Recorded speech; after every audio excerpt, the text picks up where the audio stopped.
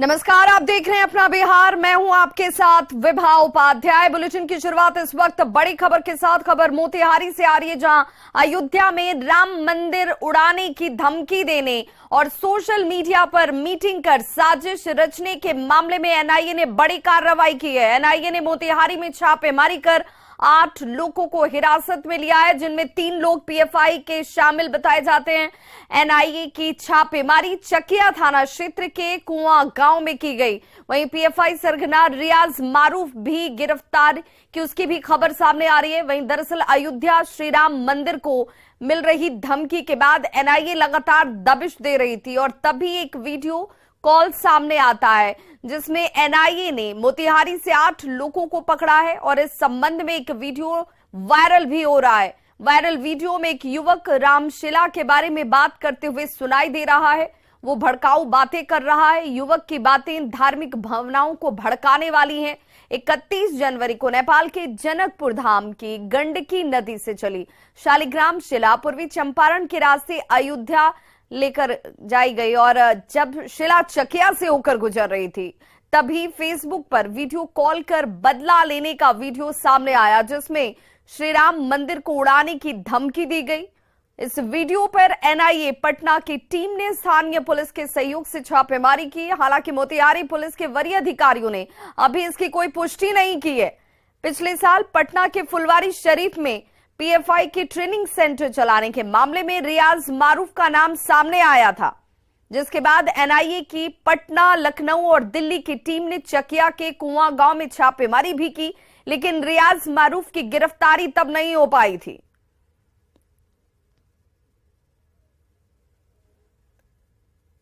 विरोधी गतिविधियों को लेकर के पूर्वी चंपारण एक बार फिर सुर्खियों में है और हम बात करते हैं एनआईए की छापेमारी की। चकिया के कुआं और इमादपट्टी गांव में छापेमारी हुई है और यह छापेमारी पीएफआई के खिलाफ हुई है, जहां 8 लोगों को गिरफ्तार किया गया। हालांकि पुलिस 3 लोगों के गिरफ्तार होने की पुष्टि कर रही है और इस मामले में 3 लोगों को गिरफ्तार किया गया है और अब इन लोगों से पूछताछ की रही है। पटना से आई एनआईए की टीम और फिर मोतिहारी, चकिया की पुलिस और अन्य पुलिस यहाँ की जो है उन लोगों ने छापेमारी किया है और 3 लोगों की गिरफ्तार होने की पुष्टि की है। हालांकि इस मामले में 8 लोगों की गिरफ्तारी हुई है।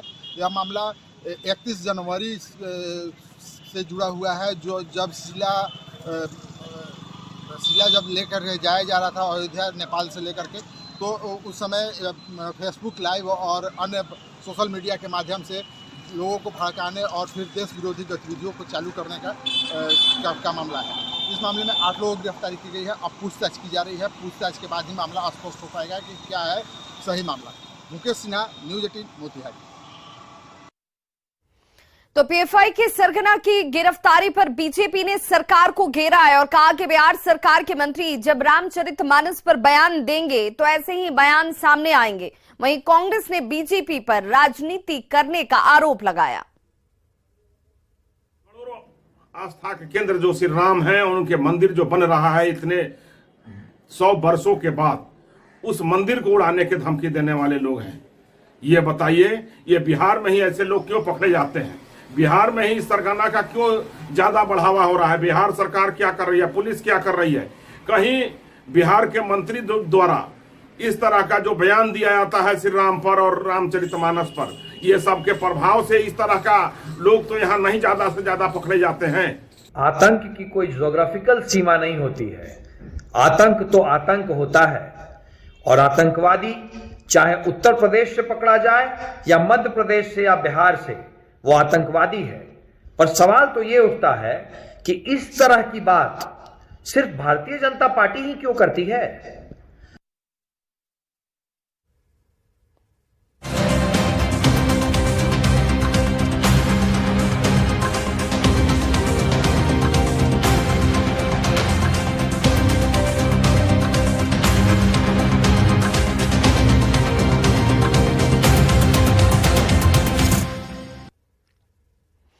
और अब बात करते हैं मुख्यमंत्री नीतीश कुमार के समाधान यात्रा की। तो अपने समाधान यात्रा के क्रम में मुख्यमंत्री नीतीश कुमार किशनगंज में हैं और भेड़िया डांगी पहुंचे हुए हैं और ये तस्वीरें इस वक्त सीधी आप देख पा रहे हैं भेड़िया डांगी से किशनगंज के, जहां पर कई योजनाओं का शुभारंभ भी विकास योजनाओं का जायजा लेते हुए मुख्यमंत्री नीतीश कुमार आपको नजर आ रहे होंगे और जनसंवाद से समस्या का समाधान, ये कोशिश इस वक्त सरकार की तरफ से की जा रही है।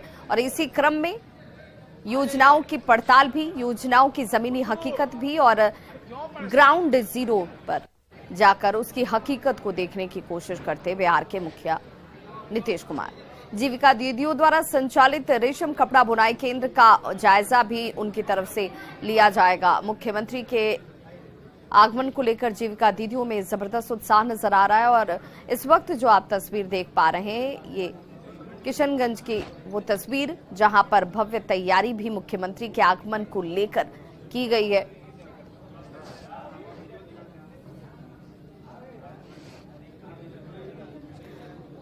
और अल्पसंख्यक विद्यालय का उद्घाटन मुख्यमंत्री नीतीश कुमार की तरफ से किया गया और अब उसी का अवलोकन करते हुए मुख्यमंत्री नीतीश कुमार जहां पर इस वक्त उनकी मौजूदगी है,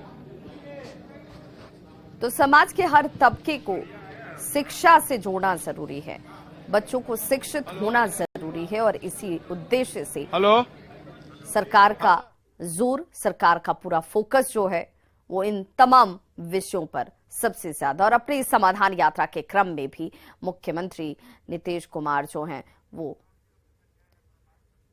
अल्पसंख्यकों के इस विद्यालय का उद्घाटन करने के बाद अब उसे देखते हुए सहयोगी संजय लगातार हमारे साथ बने हुए हैं ग्राउंड जीरो से। संजय, इस वक्त जिस विद्यालय का उद्घाटन किया गया है मुख्यमंत्री की तरफ से, अब उसका अवलोकन करते हुए नजर आ रहे हैं सीएम।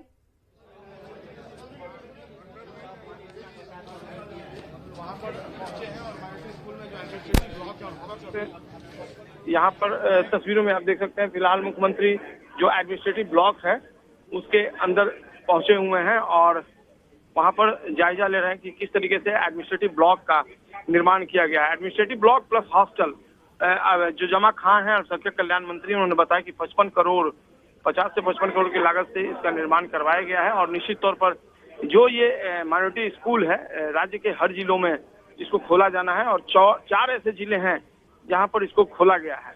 तो एक बड़ी पहल राज्य सरकार की माइनॉरिटी स्कूल और माइनॉरिटी के फायदे को लेकर अगर सोचा जाए और बात की जाए तो किस तरीके से यहाँ पर बेहद खूबसूरत यहाँ पर हॉस्टल भी बना हुआ है और ये ब्लॉक। तो बिल्कुल हमारे सहयोगी संजय बता रहे थे कि जिस अल्पसंख्यकों के स्कूल का इस वक्त अवलोकन करते हुए, उस उद्घाटन के बाद उसे देखते हुए और किस तरीके के इंतजाम किए गए हैं, 55 करोड़ की लागत से इस भवन का निर्माण किया गया है जिसमें रहने की भी सुविधा है, यानी कि जो बच्चे या बच्चियां यहाँ पर शिक्षा ग्रहण करेंगे उनके लिए रहने का भी इंतजाम यहाँ पर किया गया है। तमाम व्यवस्थाओं के बीच निर्माण के पीछे का मकसद सरकार का यही है ताकि लोगों को शिक्षित किया जा सके, बच्चे शिक्षित हों, पढ़ लिख कर वो अपने पैरों पर खुद खड़े हों, स्वावलंबी बने और उसके बाद उनको रोजगार देने को लेकर के भी लगातार सरकार की तरफ से योजनाएं चलाई जा रही हैं। तमाम जिलों की जब हम तस्वीरों को देखते हैं तो वहां पर मुख्यमंत्री नीतीश कुमार का फोकस जो है वो सबसे ज्यादा छात्राओं पर, महिलाओं पर, वैसे तमाम बिंदुओं पर वो ध्यान देते हुए नजर आ रहे हैं, जिसके जरिए उनका सीधे तौर पर मानना है कि अगर आप परिवार या समाज के एक विकास की परिकल्पना करते हैं तो उसमें इनकी भूमिका सबसे ज्यादा महत्वपूर्ण है। तो इस वक्त यहाँ पर जो दूसरे लोग हैं, जो मंत्री हैं, किस तरीके से काम चल रहा है उसकी बात की जानकारी दे रहे। वित्त मंत्री विजय चौधरी इस वक्त तस्वीरों में नजर आ रहे हैं, जो संकट का सामना नहीं करना पड़ेगा क्योंकि उनकी आर्थिक स्थिति ऐसी नहीं थी कि बाहर जाकर के तालीम ले सके। नहीं, खास तौर से अल्पसंख्यक समाज चूंकि पिछड़ा है, गरीब है, इसलिए किशनगंज में ये पूर्ण रूप से आवासीय अल्पसंख्यक विद्यालय बनाया गया है। सारे छात्र छात्राएं यहाँ हॉस्टल में रहेंगी, उनके खाने पीने की सुविधा, पोशाक की सुविधा, किताबों की सुविधा और यहाँ देख रहे हैं उनकी पढ़ाई के लिए जो अच्छे अच्छे योग्य शिक्षक होंगे उनकी व्यवस्था सरकार करा रही है।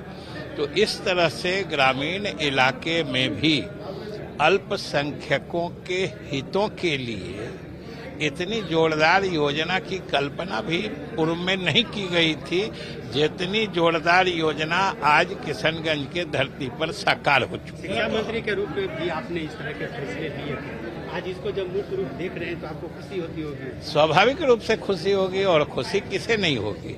बिहार जब आगे बढ़ता है, बिहार का समाज आगे बढ़ता है, खासतौर से बिहार में जो पिछड़े वर्ग के लोग हैं, जो शैक्षणिक रूप से पिछड़े हुए हैं, उनको जब आगे लाने का प्रयास होता है। अब मुख्यमंत्री नीतीश कुमार अब जो एडमिनिस्ट्रेटिव ब्लॉक है उनसे बाहर निकलते हुए, और अब मुख्यमंत्री यहाँ से निकलेंगे समाहरणालय के लिए, जहाँ जीविका दीदियों से संवाद का भी कार्यक्रम है।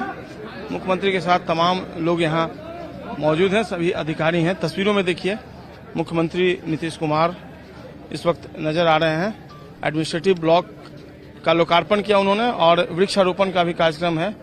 अपने जो सहयोगी मंत्री हैं उनके बारे में मुख्यमंत्री ने कुछ जानकारी ली, और अब मुख्यमंत्री वृक्षारोपण करेंगे।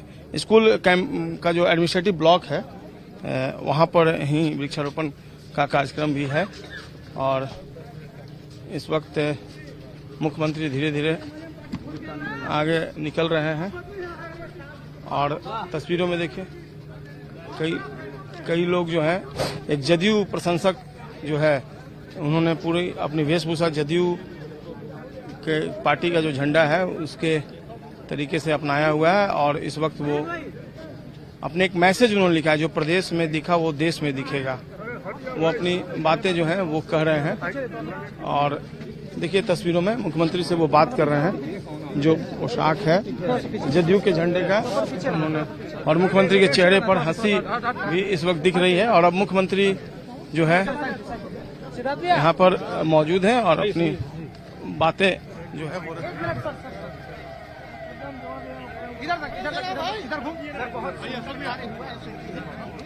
सर लेने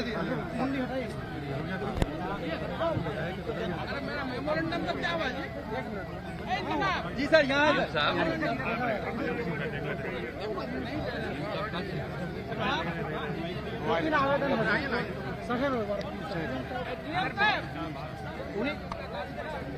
देखा जाए सर।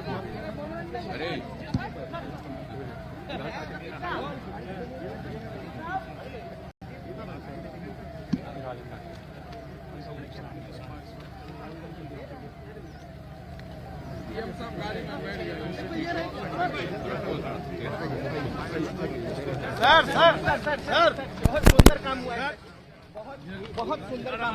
आराम से तो अभी वहाँ वाला के बात मिली, बतिए वही बात कर लेंगे, बात कर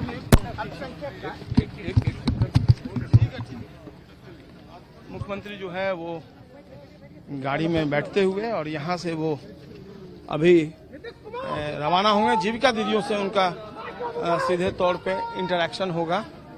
तो अब एक बड़ा फैसला जो राज्य सरकार का है वो कि माइनॉरिटी स्कूल जो यहाँ खुला है किशनगंज में, वैसा स्कूल न केवल किशनगंज बल्कि सभी जिलों में खोला जाएगा। अभी तक 4 जिलों में ऐसा स्कूल खोला गया है, सभी जिलों में उसको खोले जाने का कार्यक्रम है राज्य सरकार का। और अब मुख्यमंत्री का काफिला जो है यहाँ से धीरे धीरे निकलता हुआ, अब लोगों की भारी भीड़, एक उत्साह कर देने वाली तस्वीर खुद मुख्यमंत्री के लिए भी काफी संख्या में लोग जो हैं यहाँ मौजूद हैं। और अब ये काफिला धीरे धीरे यहाँ से जीविका दीदियों के साथ संवाद कार्यक्रम के लिए रवाना होगा। लोग लगातार मुख्यमंत्री जिंदाबाद, नीतीश कुमार जिंदाबाद के नारे लगा रहे हैं। एक उत्साहित भीड़ की तस्वीर। और देखिए अब ये काफिला धीरे धीरे बढ़ता हुआ यहाँ से मुख्यमंत्री नीतीश कुमार का, अब जीविका दीदियों से वो बिल्कुल संजय, तो इन तस्वीरों के जरिए स्वाभाविक तौर पर जो माइनॉरिटी को लेकर कार्य सरकार की तरफ से किए जा रहे हैं उस दिशा में शिक्षा एक बहुत महत्वपूर्ण, और शिक्षा को लेकर लोगों को जागरूक भी करना और लोग स्कूलों तक पहुंचे, उनके रहने खाने पीने और आवासीय विद्यालयों को अब बढ़ावा देने के लिए तमाम जिलों में इस तरह के विद्यालय खोले जाने का सरकार का भी उद्देश्य रहा है। बहुत बहुत शुक्रिया संजय तमाम जानकारी के लिए। इस वक्त बड़ी खबर आ रही है अंकित मर्डर मामले से जुड़ी हुई, जिसमें पीड़ित परिजनों की सुरक्षा को बढ़ाया गया है। पुलिस प्रशासन ने सुरक्षा बढ़ाई है पीड़ित परिजनों की। 4 आरोपी अब भी फरार बताए जा रहे हैं। एसआईटी को हालांकि अब तक कोई सुराग नहीं मिल पाया इन 4 लोगों का। आरोपियों का सुराग नहीं मिलने की वजह से ये और ज्यादा परेशानी का विषय है, क्योंकि 4 लोग अब भी फरार हैं और ऐसे में जो पीड़ित परिवार है अब उसकी सुरक्षा को बढ़ाया गया है। आरिफ मियां, सोनू मियां फरार हैं बताए जा रहे हैं और इसके साथ ही साथ अहमद अली और दिलशाद, ये वो 4 नाम हैं जो अभी पुलिस की गिरफ्त से बाहर हैं, एनआईए की गिरफ्त से बाहर हैं और अभी तक इनकी गिरफ्तारी नहीं हो पाई है। 4 की गिरफ्तारी नहीं होना और ये सवाल बार बार पूछे जा रहे हैं कि आखिर ये 4 लोग पुलिस की गिरफ्त से बाहर क्यों है इतने दिनों तक, क्यों इनकी गिरफ्तारी अब तक नहीं हो पाई, इसका जवाब पुलिस के पास नहीं है। लेकिन जो बड़ी जानकारी है वो ये कि 4 आरोपी फरार है और इस बीच अंकित मर्डर मामले में जो पीड़ित परिजन है उनकी सुरक्षा को बढ़ा दिया गया है। दरभंगा के सिमरी थाना इलाके में विदेशी शराब लोडेड एक ट्रक को पुलिस ने जब्त किया है। साथ ही ट्रक के चालक और खलासी को भी गिरफ्तार कर लिया गया है। शराब माफिया भूसे के बोरे में देखिए किस तरीके से शराब की बोतलों को छिपाकर लाने की कोशिश कर रहे थे। हालांकि पुलिस को इसकी गुप्त सूचना मिली, जिसके आधार पर सिमरी थाना इलाके में घेराबंदी कर सघन तलाशी अभियान चलाया गया और 2 शराब तस्करों को शराब के साथ गिरफ्तार कर लिया गया है। जब्त ट्रक से बरामद शराब की कीमत लाखों में बताई जा रही है। मिला था बराबर नॉर्मल पेट्रोलिंग और इस पर शराबबंदी पर हमेशा ही कुछ न कुछ चलता रहता है, जो विशेष बताया नहीं जाता है। कुछ इनपुट्स थे जिस पर काम किया गया। डिफरेंट साइजेस के बॉटल्स हैं, डिफरेंट ब्रांड्स भी हैं, सारी अंग्रेजी शराब है, विदेशी जो अवेलेबल होता है वो है और मूल्य वगैरह भी निर्धारण किया जा रहा है। खबर समस्तीपुर से, जहां वॉल पुट्टी लोडेड ट्रक में शराब छिपाकर ला रहे तस्करों पर पुलिस ने कार्रवाई की है और इस दौरान लगभग 412 कार्टन शराब जिसकी कीमत 10 लाख रुपए बताई जा रही है, मुफस्सिल थाने की पुलिस ने इसे बरामद किया है। पुलिस ने 2 तस्करों को भी यहां से गिरफ्तार किया है जिनसे पूछताछ हो रही है। मुफस्सिल थाना क्षेत्र के जितवारपुर हकीमाबाद गांव के पास ये कार्रवाई हुई, जिसमें ट्रक बताया जा रहा है कि झारखंड के दुमका से शराब की डिलीवरी देने के लिए समस्तीपुर पहुंचा था।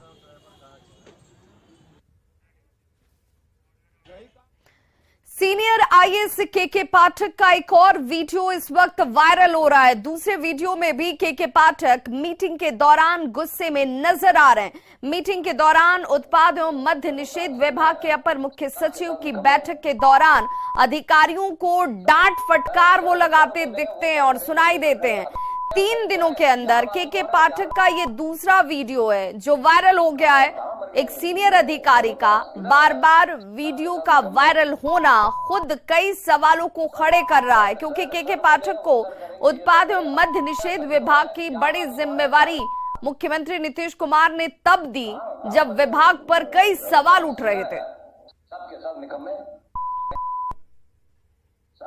तो इसी बीच डिप्टी सीएम तेजस्वी यादव ने के पाठक के वायरल वीडियो पर नाराजगी जाहिर की है। उन्होंने कहा है कि ऐसा व्यवहार बर्दाश्त नहीं किया जाएगा। पहला वीडियो हम देखे, दूसरा वीडियो हम नहीं देखे, लेकिन पहला जो ऐसा वीडियो है ये इस तरह का बिहेवियर जो है बर्दाश्त करने लायक नहीं होना चाहिए।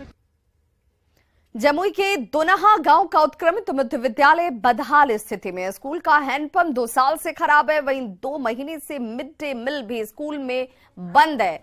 स्कूल का भवन तो चकाचक है, कमरे भी दर्जन भर हैं, लेकिन अच्छी पढ़ाई नहीं होने की वजह से गांव के बच्चे प्राइवेट स्कूल में ही पढ़ने के लिए जाते हैं।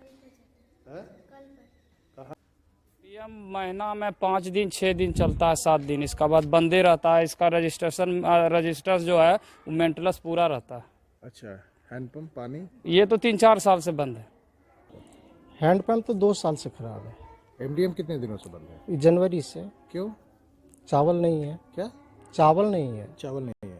अच्छा, ये पीछे जो कमरा है इसमें बंद है, ये ताला लगा हुआ है, ऐसा क्यों? जैसे कि जितने बच्चे आते हैं यहाँ पर उतने रूम को खोलते हैं। इसमें क्या है? इसमें कुछ सामान रख दिए हैं जैसे। तो इस बुलेटिन में बस इतना ही, लेकिन न्यूज़ 18 बिहार झारखंड पर खबरों का सिलसिला लगातार जारी है।